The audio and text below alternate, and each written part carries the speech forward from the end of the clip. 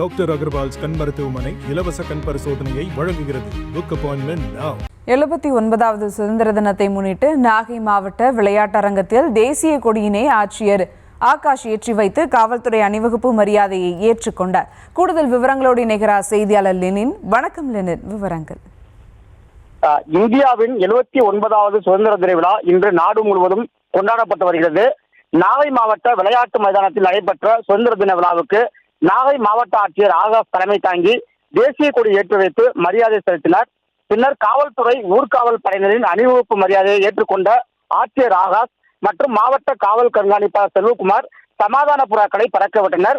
தொடர்ந்து சிறப்பாக பணியாற்றிய பல்வேறு துறைகளைச் சேர்ந்த அலுவலர்களுக்கு பாராட்டு சான்றிதழ் வழங்கப்பட்டது.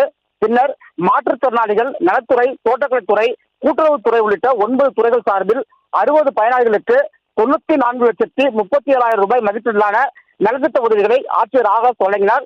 தொடர்ந்து அரசு மற்றும் தனியார் பள்ளி மாணவர்களின் கண்கவர் கலை நிகழ்ச்சிகள் நடைபெற்றது. இதில் மாவட்ட வருவாய் அலுவலர் பவனந்தி, ஊரக வளர்ச்சி முகமை திட்ட இயக்குநர் சுருதி உள்ளிட்ட பல்வேறு துறை அரசு அதிகாரிகள் மற்றும் பொதுமக்கள் கலந்து கொண்டனர். சுபா, விவரங்களுக்கு நன்றி லெனின். டாக்டர் அகர்வால்ஸ் கண் மருத்துவமனை இலவச கண் பரிசோதனையை வழங்குகிறது. Book appointment now.